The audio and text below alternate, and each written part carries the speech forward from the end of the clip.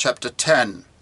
It is in man's nature to create harmony between his rational, spiritual, and his bodily, physical activity.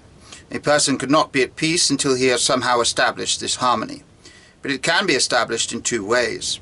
The first is when he uses his reason to decide on the necessity or desirability of a certain action, or actions, and then acts on his reason.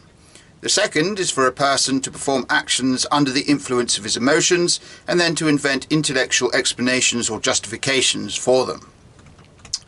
The first method of reaching conformity between action and reason is typical of those who profess some kind of religion and on the basis of its doctrines know what they ought to do and what they ought not to do.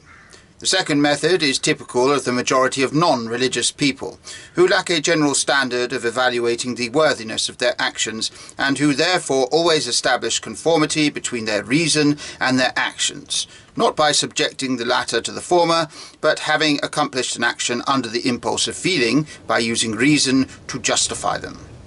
The religious person, knowing what is good and what is wrong in his actions and in those of others, and why one is good and another bad, when he sees a contradiction between the demands of his reason and his actions, or those of others, will use all the power of his reason to find a way of eradicating it.